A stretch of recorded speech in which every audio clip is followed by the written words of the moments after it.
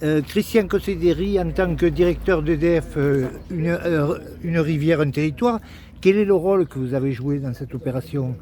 Une rivière, un territoire, c'est d'abord de la présence sur le terrain avec la production hydroélectrique, ça c'est notre métier de base, et puis c'est aussi un accompagnement, un investissement sur tout ce qui se passe sur le territoire. Donc là, en l'occurrence, par rapport à notre proximité, on a eu connaissance d'un projet de développement de photovoltaïque de la part du camping des Trois-Vallées, par rapport à cette relation de proximité que l'on a, et immédiatement, j'ai sollicité nos collègues qui ont des compétences particulières en ce domaine pour voir s'ils pouvaient mettre ces compétences au service du camping des Trois-Vallées pour faire cette réalisation, ce qui a été fait. Aujourd'hui, on est vraiment ravis, satisfaits de cette inauguration qui, pour le camping des Trois-Vallées, va permettre de gagner en consommation, réduire leur facture énergétique et également aller vers une démarche vertueuse de réduction de l'empreinte carbone. Et Stéphane, donc, qui est finalement l'opérateur qui a permis cette réalisation pour EDF. Cette opération, c'est une opération, on va dire, de maîtrise de l'énergie, de développement durable, de mobilité électrique.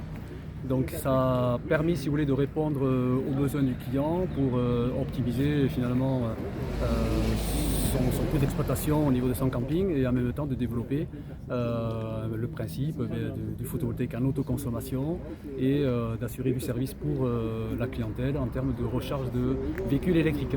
Vous avez posé des panneaux voltaïques sur quelle surface? Sur une surface de 500 m², c'est une installation qui pèse 500 kW crête et qui va fonctionner en autoconsommation à hauteur de 85%.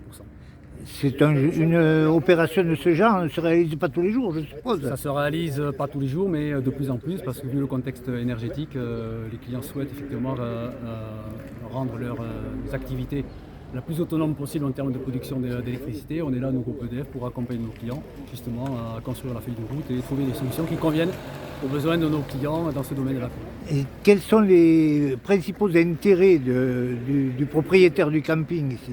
Le principal intérêt, c'est d'une part déjà de rentrer dans le cadre du développement durable, mais également d'optimiser ses coûts de fonctionnement. Et donc ces installations qui ont un prix aujourd'hui sont rentabilisées par le fait d'éviter de soutirer de l'électricité sur le compteur d'EDF et d'être en autoconsommation sur une partie de son besoin. Le retour à l'investissement, c'est sur combien d'années?